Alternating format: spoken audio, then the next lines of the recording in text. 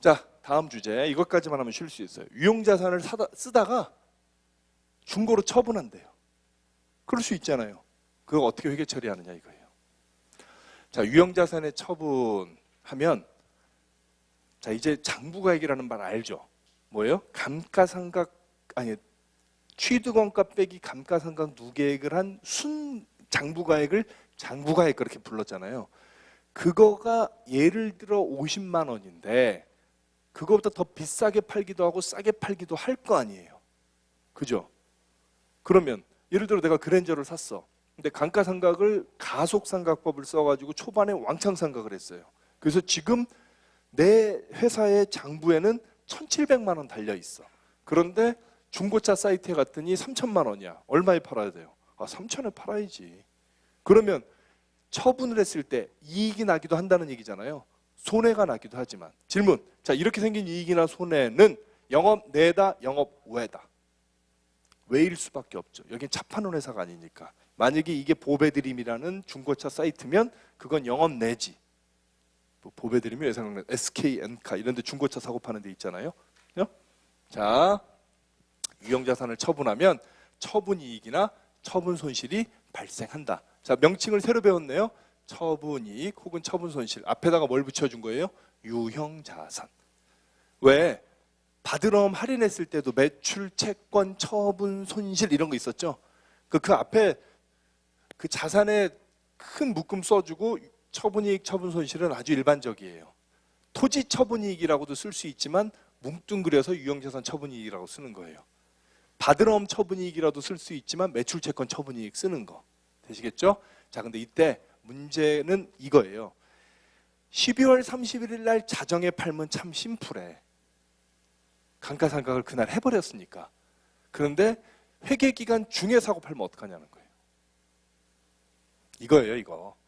자, 100만 원에 사서 뭐 10만 원이 될 때까지 쓰는데 한 해 3년간 썼다고 쳐요. 그럼 얼마가 되냐면 첫 해에 70만 원, 그 다음에 진짜 이제 40만 원, 그 다음에 10만 원 돼요. 그러면 이날 70만 원에 팔면 본전이죠. 더 받으면 이익, 덜 받으면 손실. 이날 40만 원에 팔면 본전, 더 받으면 이익, 덜 받으면 손실이에요. 이날 팔았다고 치자고요. 이날. 그러면 이날 팔았을 때 처분이익이나 처분손실 어떻게 할 거냐? 왜 물어봐요? 우리는 감가상각을 매일 한다? 아니. 매달 한다? 아니. 연말에 한 번 하거든. 그러면 이날은 상각을 안 했단 말이에요. 이날 장부가액은 얼마예요? 장부가액은 감가상각을 안 했다면 70 그대로잖아요. 근데 실제는 그게 아니라는 거잖아. 55만 원이라는 얘기잖아요. 그죠? 나의 본전은 얼마냐? 55만 원이야. 이 기간 동안 썼으니까. 그러면 결국 무슨 얘기를 하고 싶은 거냐? 회계 기간 중에 유형자산을 처분하면 원래 유형자산에 대한 감가상각비는 기말수정분계로서 1년에 한 번만 해왔지만 오늘 처분하는 자산은 처분하기 직전에 오늘까지의 감가상각을 해주고 처분을 해야 된다. 그래야 그 자산에 제대로 된 순장부가액을 구할 수 있기 때문에. 말이 되는 거죠? 그래서 그걸 처분 시점까지 감가상각비를 먼저 인식하고 손익을 인식해라 이거예요. 먼저 인식하고. 그래서 예제 106페이지에 있어요. 106페이지에 100만 원을 지급하고 공장에서 사용할 기계장치를 취득했는데 내용연수 3년 취득원가가 잔존가치가 취득원가의 10% 그렇게 되면 얼마예요? 90만 원이 감가상각 대상 금액이죠. 그런데 용감한 회사는 7월 1일 날 X2년 7월 1일 날 그러니까 1년하고 반 지난 시점에 60만 원에 처분했어요. 정말 즉흥적으로 예를 들었는데 교재하고 같네 얘가. 뭐 이렇게 책 쓰는 사람들의 뻔한 거죠. 가장 쉽고 편한 거 생각해서 만드니까. 자, 55만 원 받아야 되는데 60만 원 받아서 5만 원 이득 난 얘기를 하는 거죠.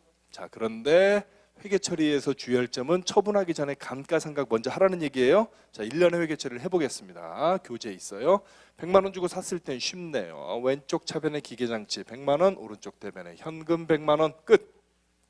X 1년 말 정액법에 의한 감가상각 한번 해봅시다. 암산되죠? 90 나누기 3은 30. 그래서 감가상각비 30, 감가상각 누계액 30.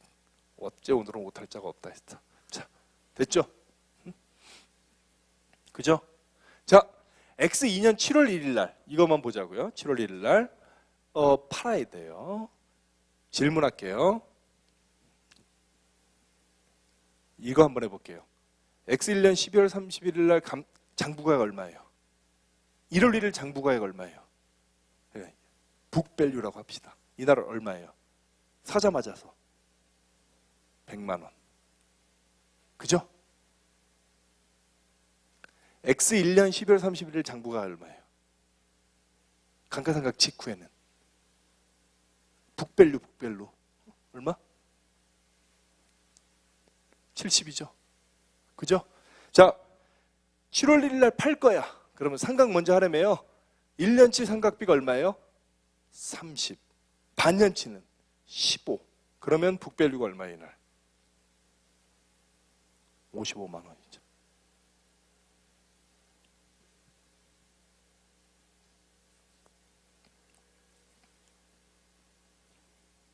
이해 가시죠? 그죠? 네. 간단하잖아요, 얘가. 그래서 60만 원 받았으니까 5만 원 이익이라는 거예요. 그래서 지금 이걸 얘기하고 싶은 거예요. 1. 감가상각을 먼저 하고 그 다음에 2. 처분하는 분계를 해주라, 그 얘기하는 거예요. 감가상각 먼저 하고. 근데 이제 칠판 보니까 뭐가 좀 그래, 왜 이렇게 해놨는지 한번 보자고요. 우선 자, 하나하나 생각해 볼게요. 감가상각 한 건 됐죠. 첫 번째 줄은. 두 번째 줄은 60만 원 받았죠. 그죠? 받았으니까 나는 얼마 자산이 내 거기서 없어졌어요? 55만 원 없어졌죠? 자산이 늘어난 게 60, 자산이 줄어든 게 55야. 그래서 더 받은 5만 원이 뭐가 된다고? 유형자산 처분 이익이 돼요. 게다가 이건 영업 내다 영업 외다? 영, 업, 외, 수, 익으로 간다. 됐어요. 근데 여기에 이 네모칸 친 것 때문에 여러분 일부러 한 건데 기계장치를 장부에 재무상태표에 표시하는 방식이 어떻게 되도록 되어 있냐면 이렇게 되어 있잖아요. 기계장치 이제 이것만 놓고 보면 55 이렇게 쓰는 게 아니라 기계장치 100에 감가상각 누계액 45 그래서 장부가액 55 이렇게 세 줄로 쓰잖아요. 그죠? 그러다 보니까 우리는 기계만 없애면 안 돼. 얘도 같이 없애줘야 돼. 그죠? 그러다 보니까 이제 말로 한번 해볼게. 기계장치 100만 원은 자산부채 자본 수익비용 중에 뭐예요? 자산. 그러면 회계처리 분계상으로 봤을 때 왼쪽에 적히는 거예요? 오른쪽에 적히는 거예요? 왼쪽에 적히는 거예요. 그걸 줄여주려고 하면, 없애주려고 하면 어느 쪽에 적어야 돼요? 오른쪽에 적어야 돼요. 이렇게 기계장치 100만 원 오른쪽에 적어요. 문제는 얘예요. 감가상각 누계액은 성격이 이상한 계정 과목이라고 그랬죠. 자산도 아니고 부채도 아니고 자본도 아니고 수익도 아니고 비용도 아니야. 자산의 마이너스야. 그죠? 그런데 여기에 가로치고 나온다는 얘기는 왼쪽에 보이는 건데 실질적으로 원래는 어디 있던 거예요? 여기 있던 놈을 여기다 집어넣어가지고 마이너스 만든 거죠. 그러니까 감가상각 누계액은 왼쪽 잔액이에요? 오른쪽 잔액이에요? 굳이 물어보면 오른쪽 잔액이야. 그죠? 아니 이렇게 여기다 오른쪽에다 적으면서 회계 처리를 했잖아요. 이렇게 그렇잖아요. 이렇게 이걸 없애려면 어느 쪽에 적어줘야 돼요? 왼쪽에 적어줘야 된다니까. 그러니까 이 감가상각 누계액이 딸려 있는 유형자산을 장부에서 제거하면 판매하면 우리는 회계 처리가 어떻게 되냐면 자산인 유형자산을 오른쪽에 적고 누계획은 왼쪽에 적어서 양쪽을 반대로 써서 지워줘야 돼요. 지금 제가 이거를 이렇게 해볼게요. 봐요. 이게 다거든. 여기 있는 기계 없애주려고 여기다 적었어요. 됐죠? 감가상각 누계획 이거 두 개 없애려고 여기다 적었어요. 화살표하고 화살표하면 다 없애준 거예요. 그거를 재무상태표 관점에서 다시 표현하면 기계장치 100, 감가상각 누계획 45는 55 이걸 없애는 거예요. 이게 이제 헷갈리죠. 조금은. 이게 참 웃겨요. 회계학이라는 게 자리야 왼쪽하고 오른쪽 두 개밖에 없는 거거든. 근데 그게 헷갈리는 거예요. 근데 슬슬 이해는 갈 거예요. 그래서 여기다가 제가 기계장치 순장부가액 55만 원이라고 적어준 건 이게 회계 처리예요? 아니야. 그냥 설명 적어준 거예요. 설명. 원래는 여기다 적어야지 안 헷갈리려면. 좁잖아요. 칠판이. 여기다 적은 거예요. 하여간 저 네모칸을 보면 우리 입장에서 이번에 현금 60만 원 받고 내 장부에서 빠져나간 자산의 순장부가액이 얼마라고? 55. 근데 얼마 받았어요? 60. 더 받은 5만 원을 뭐라고 불러요? 유형자산, 처분이익, 영업의 수익 됩니다. 어찌 보면 감가상각비보다 이게 좀 더 어렵죠. 감가상각이 어떻게 보면 기계적이잖아요. 뭐 정률법이야 0.438 곱하는 게 귀찮긴 하지만 그러나 이거 해봐야 되고요. 잠깐 쉬기 전에 이 얘기 꼭 할게요. 제가 여러 번 얘기했던 여러분 손으로 공부해야 돼요. 응? 써봐야 돼요. 눈으로 보고 이것이 전혀 이해가 안 간다. 나는 눈도 벅차다. 딴 거 잘하는 거 있을 거예요. 하나님이 뭔 줬을 거야. 근데 이쪽은 아닐 거예요. 눈으로는 이해 가요, 여러분. 극단적으로 표현하면 중학교 2학년 이상이면 다 이해 가야 돼요. 손으로 하는 게 어려워요. 그것도 정확하고 빠르고 문제없이 손으로 하셔야 돼요. 플리즈. 진짜 이건 간곡히 부탁드려요. 내일 너무 힘들어서 학원 못 와. 괜찮아요. 근데 나는 너무 귀찮아서 앞으로 복습을 안 할 거야. 그럼 뭐 내일 오지 마세요. 내일. 필요가 없어요.